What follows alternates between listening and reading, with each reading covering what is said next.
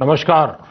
छठे अंतर्राष्ट्रीय योग दिवस की आप सभी को बहुत बहुत बधाई और शुभकामनाएं। अंतर्राष्ट्रीय योग दिवस का ये दिन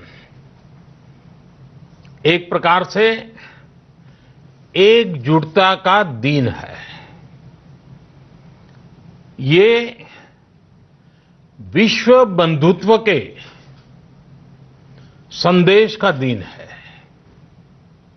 ये वननेस ऑफ ह्यूमननेस का दिन है, जो हमें जोड़े, साथ लाए, वही तो योग है। जो दूरियों को खत्म करे, वही तो योग है। कोरोना के इस संकट के दौरान दुनिया भर के लोगों का my life my yoga video blogging competition में हिस्सा लेना इस बात को दिखाता है कि योग के प्रति उत्साह कितना बढ़ रहा है, कितना व्यापक है। साथियों, इस साल अंतर्राष्ट्रीय योग दिवस की theme yoga at home and yoga with family ये तय हुई है। आज हम सब सामूहिक कार्यक्रमों से दूर रहकर घर में ही अपने परिवार के साथ मिलकर योग कर रहे हैं। बच्चे हो, बड़े हो, युवा हो, परिवार के बुजुर्ग हो, सभी जब एक साथ योग के माध्यम से जुड़ते हैं तो पूरे घर में एक ऊर्जा का संचार होता है। और इसलिए इस बार का योग दिवस, अगर मैं दूसरे शब्दों में कहूं तो ये भावात्मक योग का भी दिन है। हमारी फैमिली बॉन्डिंग को भी बढ़ाने का दिन है।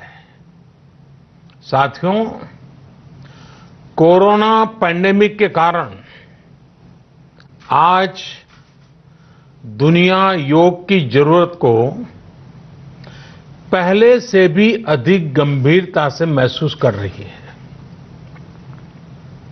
अगर हमारी इम्यूनिटी स्ट्रांग हो तो हमें इस बीमारी को हराने में बहुत मदद मिलती है। इम्यूनिटी को बढ़ाने के लिए योग की अनेक विध विधियां हैं, अनेक प्रकार के आसन हैं। वो आसन ऐसे हैं जो हमारे शरीर की स्ट्रेंथ को बढ़ाते हैं, हमारे मेटाबॉलिज्म उसको शक्तिशाली करते हैं। लेकिन कोविड-19 वायरस खासतौर पर हमारे श्वसन तंत्र यानी कि रेस्पिरेटरी सिस्टम पर अटैक करता है। हमारे रेस्पिरेटरी सिस्टम को स्ट्रांग करने में जिससे सबसे ज्यादा मदद मिलती है वो है प्राणायाम। प्राणायाम यानी एक प्रकार से ब्रीथिंग एक्सरसाइज है। सामान्य तौर पर अनुलोम विलोम प्राणायाम ये एक प्रकार से पॉपुलर भी हैं, आप भी जानते हैं और लोग भी जानते हैं, करके भी दिखाते हैं। ये प्रभावी भी है। लेकिन प्राणायाम के अनेक प्रकार हैं। इसमें अगर आप प्राणायाम को जानने वालों से मिलोगे तो बताएंगे, शीतली है, कपालभाति है, भ्रामरी है, भस्त्रिका है, बहुत है, अनगिनत है। अब तो नए नए जुड़ते भी चले जा रहे हैं। योग की ये सभी विधाएं, ये तकनीक हमारे रेस्पिरेटरी सिस्टम और इम्यून सिस्टम दोनों को मजबूत करने में बहुत मदद करती है। इसलिए आपसे मेरा विशेष आग्रह है, आप आसन करते हो, एक्सरसाइज करते हो, जो भी करते हो जरूर करें, लेकिन आप प्राणायाम को अपने डेली अभ्यास में जरूर शामिल करिए और अनुलोम विलोम के साथ ही अनेक जो प्राणायाम की टेक्निक्स हैं उसे भी सीखिए, उसको सिद्ध कीजिए।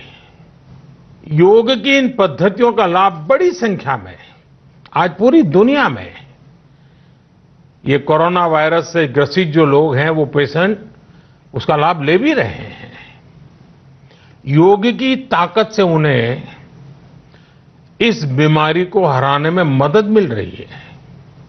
साथियों, योग से हमें वो आत्मविश्वास और मनोबल भी मिलता है जिससे हम संकटों से जूझ सकें और जीत सकें। योग से हमें शांति मिलती है, मानसिक शांति मिलती है, संयम और सहन शक्ति भी मिलती है। स्वामी विवेकानंद जी कहा करते थे, एक आदर्श व्यक्ति वो है जो नितांत निर्जन में भी क्रियाशील रहता है और अद्वितीय गतिशील में भी संपूर्ण शांति का अनुभव करता है। किसी भी व्यक्ति के लिए एक बहुत बड़ी क्षमता होती है, जब बहुत ज्यादा विपरीत परिस्थिति हो तब भी एक्टिव रहना, थककर हार न मानना, बैलेंस रहना, ये सारी चीजें योग के माध्यम से हमारे जीवन में स्थान प्राप्त करती हैं, हमारे जीवन को बदल देती है, ताकत देती है। और इसलिए आपने भी देखा होगा, महसूस किया होगा, योग का साधक कभी संकट में धैर्य नहीं खोता है। योग का अर्थ ही है समत्वम योग उच्यते, अर्थात अनुकूलता, प्रतिकूलता, सफलता, विफलता, सुख, संकट, हर परिस्थिति में समान रहने, अडिग रहने का नाम उसी तो योग कहते हैं। साथियों, जब हम योग के माध्यम से समस्याओं के समाधान की बात कर रहे हैं, दुनिया के कल्याण की बात कर रहे हैं, तो मैं योगेश्वर कृष्ण के कर्मयोग का भी आपको पुनः स्मरण करना चाहता हूं। गीता में भगवान कृष्ण ने योग की व्याख्या करते हुए कहा है, योगः कर्मसु कौशलम, अर्थात कर्म की कुशलता ही योग है। Efficiency in action is yoga. ये मंत्र सदा सर्वदा हमें सिखाता है कि योग के द्वारा जीवन में अधिक योग्य बनने की क्षमता पैदा होती है। अगर हम अपना काम अनुशासन से करते हैं, अपना दायित्व निभाते हैं, तो भी एक तरह का योग ही है। साथियों, कर्मयोग का एक विस्तार और है। हमारे यहां कहा गया है, युक्त आहार विहारस्य युक्त चेष्टस्य कर्मसु युक्त स्वप्नावबोधस्य योगो भवति दुखा। अर्थात सही खान पान, सही ढंग से खेलकूद, सोने जागने की सही आदतें और अपने काम, अपनी ड्यूटीज को सही ढंग से करना ही योग है।